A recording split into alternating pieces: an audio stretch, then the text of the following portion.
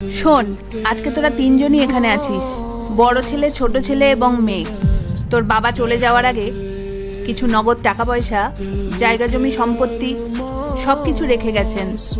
আজ সেগুলো ভাগ বাটোয়ারা করার জন্য তোদের তিন ভাই বোনকে একসাথে ডেকেছি। রাহুল, তুই বাড়ির বড় ছেলে, তোর দায়িত্ব অনেক বেশি, তাই সম্পত্তির বেশিরভাগ অংশ কিন্তু তুই পাবি। এখানে 10 লাখ টাকা আছে, তার মধ্যে 6 লাখ টাকাই আমি তোকে দিচ্ছি। আর যে আমাদের 6 বিঘে জমি আছে, তার মধ্যে 4 বিঘেই আমি তোকে লিখে দেব।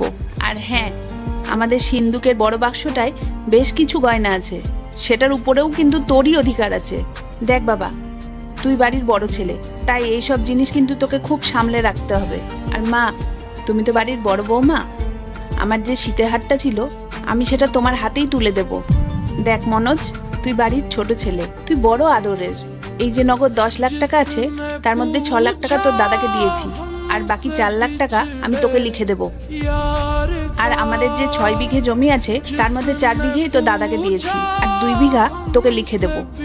তুই যখন হয়েছিলিস না বাবা, তখন তোর বাবা আর আমি খুশিতে পাগল হয়ে গিয়েছিলাম, তাই তোর বাবার যে দামি রোলেক্সের ঘড়িটা ছিল সেটা আমি তোকে দিচ্ছি।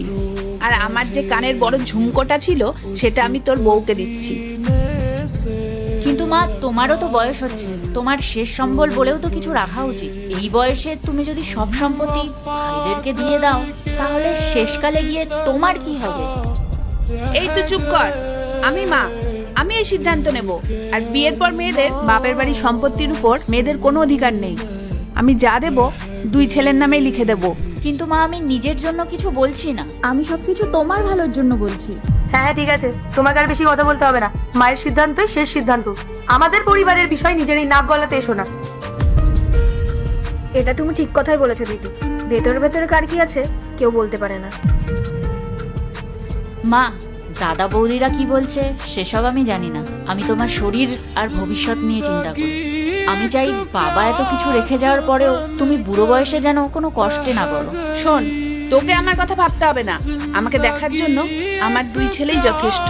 এরপর কি হলো সেটা দেখার আগে এই দুটা ছবির মধ্যে যে কোনো একটা ছবিকে ভালোবাসলে ভিডিওতে লাইক করে চ্যানেলটি সাবস্ক্রাইব করে দাও। আর যদি না করো তাহলে আমি বুঝবো তোমরা ছবি দুটাকে ভালোবাসো না। আর কমেন্টে লিখে দাও আমিন। আর তোর বরের তো কম নেই, তোর এই সংসারের উপর নজর দেওয়ার কি আছে? যা, নিজের সংসারটা ভালো করে কর। মা, তুমি আজকে আমাকে অনেক ছোট বড় কথা বললে, মেয়ে বলে আমাকে অনেক কিছুই শুনতে হলো। পরের পার্ট চাইলে কমেন্ট করো।